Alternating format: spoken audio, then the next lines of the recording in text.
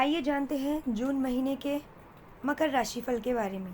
यह महीना मकर राशि में जन्म लेने वाले जातकों के लिए बहुत सी सारी खुशखबरियाँ लेकर आ सकता है।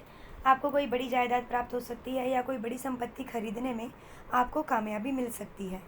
बहुत लंबे समय से आपके अपने घर बनाने की इच्छा मन में जो दबी हुई थी, वह भी इस महीने पूरी हो सकती है और आपकी खुशियों को पंख लगेंगे। आपकी आमदनी में अच्छी बढ़ोतरी होने की संभावना है, लेकिन पैर जमीन पर रखें और अपनी आमदनी को सही तरीके से समायोजित करने की कोशिश करें। उसे व्यर्थ गंवाने से बचें, क्योंकि आने वाले समय में कभी आपको उसकी ज़रूरत भी पड़ सकती है। करियर के मामले में यह महीना अनुकूल है, लेकिन नौकरी में बदलाव आ सकता है। जबकि व्यापार करने वाले जातकों के लिए भी यह महीना अच्छी सफलता प्रदान करने वाला रहेगा।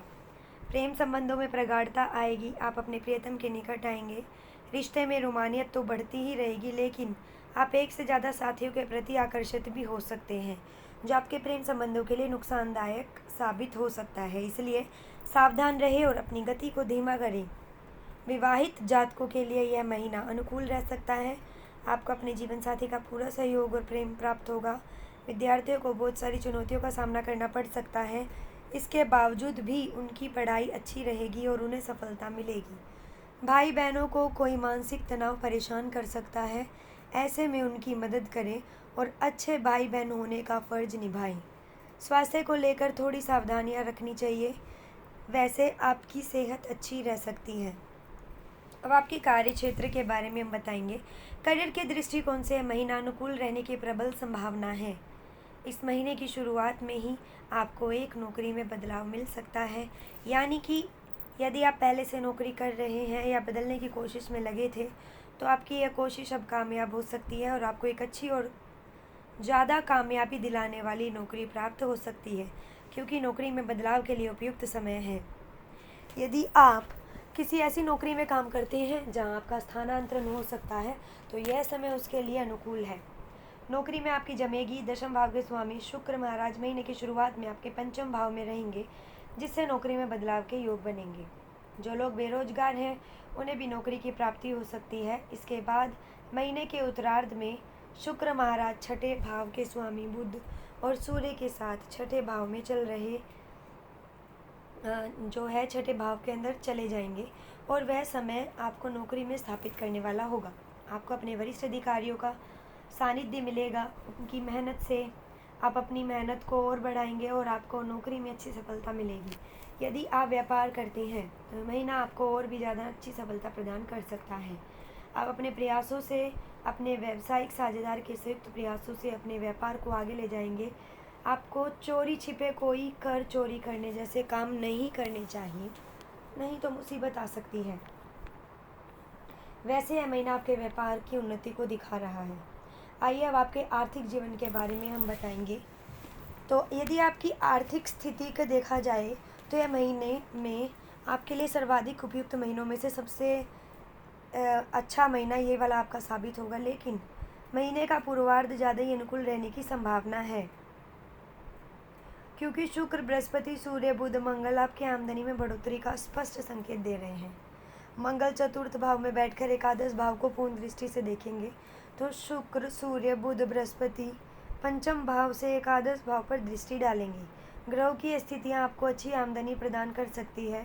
आपके लाभ भी बढ़ जाएंगे। आपके व्यापार में भी अच्छा धन लाभ आपको होगा।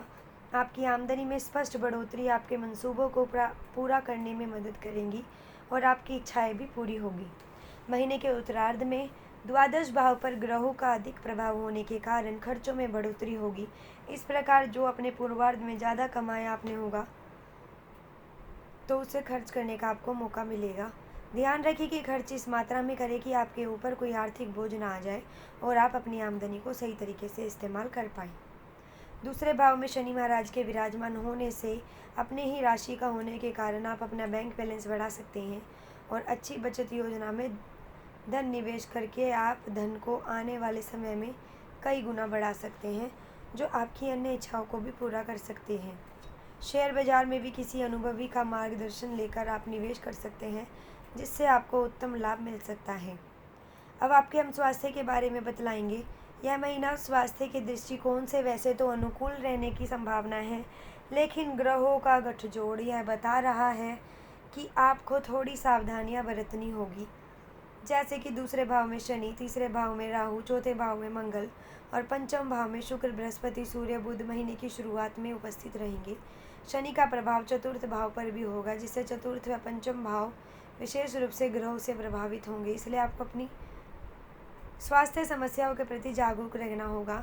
छाती में संक्रमण, जलन या किसी प्रकार की समस्या हो सकती है तथा पंचम भाव पर ग्रहों के प्रभाव के कारण आपको मानसिक समस्या, व्याकुलता तथा उदर रोग होने की संभावना बन रही है।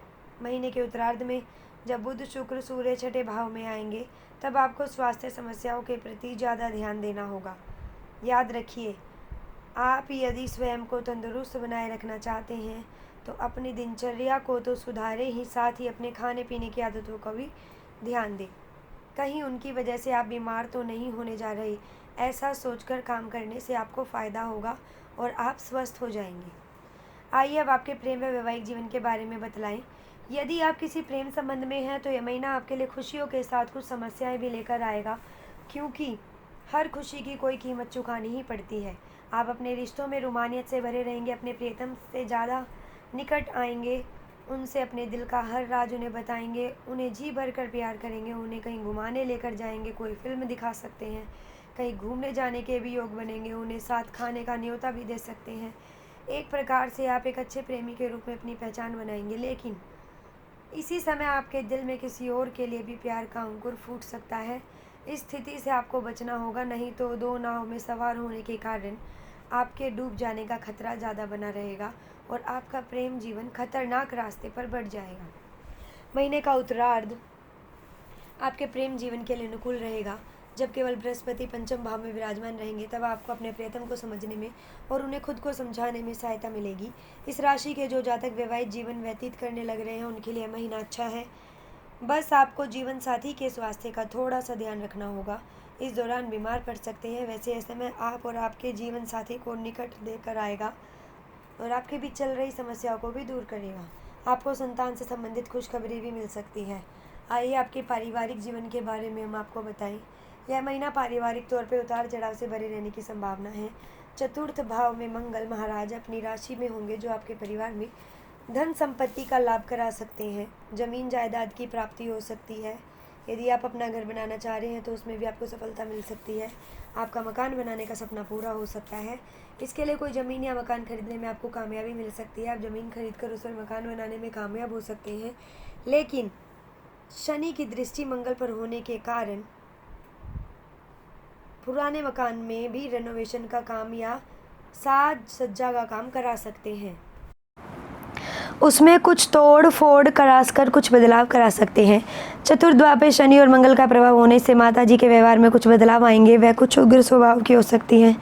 इससे उनके स्वास्थ्य पर विपरीत प्रभाव पड़ सकता है। इसलिए उनके स्वास्थ्य का ध्यान रखें और यह भी ध्यान रखें कि उनका मन संतुलित रहे, कोई उन्हें क्रोध ना दिलाए।